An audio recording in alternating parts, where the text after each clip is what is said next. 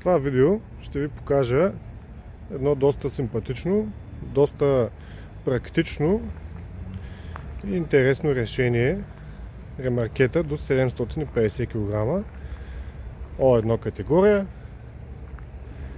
Това, което виждате, е Neptune N7 236 RTR. Какво означава RTR? В случая тази индексация бележи сегмента, в който е разположено ремаркето, т.е. Рустик серия, като окончанието R в случая е, че е с ресорно окачване. Смятам, че е едно от най-добрите решения и предложения в този ценови клас. Цената му е 2220 лева с ДДС. Като какво получавате за тази цена? Имаме полезни размери на коша, 236 см на дължина, 129 на ширина, 40 см канати, адекватно изработени точки за укрепване на товара в 4 ъгъла, хванати в шасито.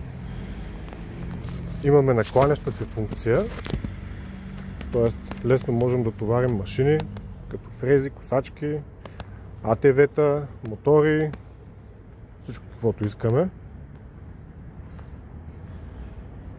Сега ще го вдигна, за да погледнете за какво става въпрос отдолу, защото повечето ремаркета са еднакви от горната страна. Все виждаме канати, колела и калници, но важно е и какво има отдолу. Откопчаваме го.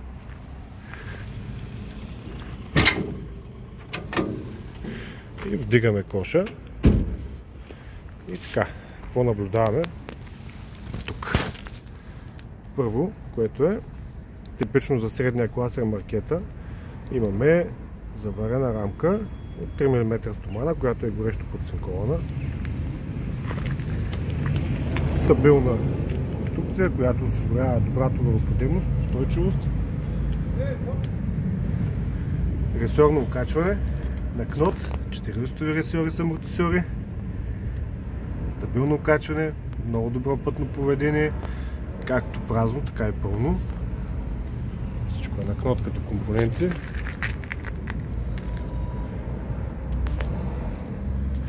Богат набор от надстройки, шпригли с брезент, допълнителни канати, плоски покривала, подпори, стойки за резервни гуми.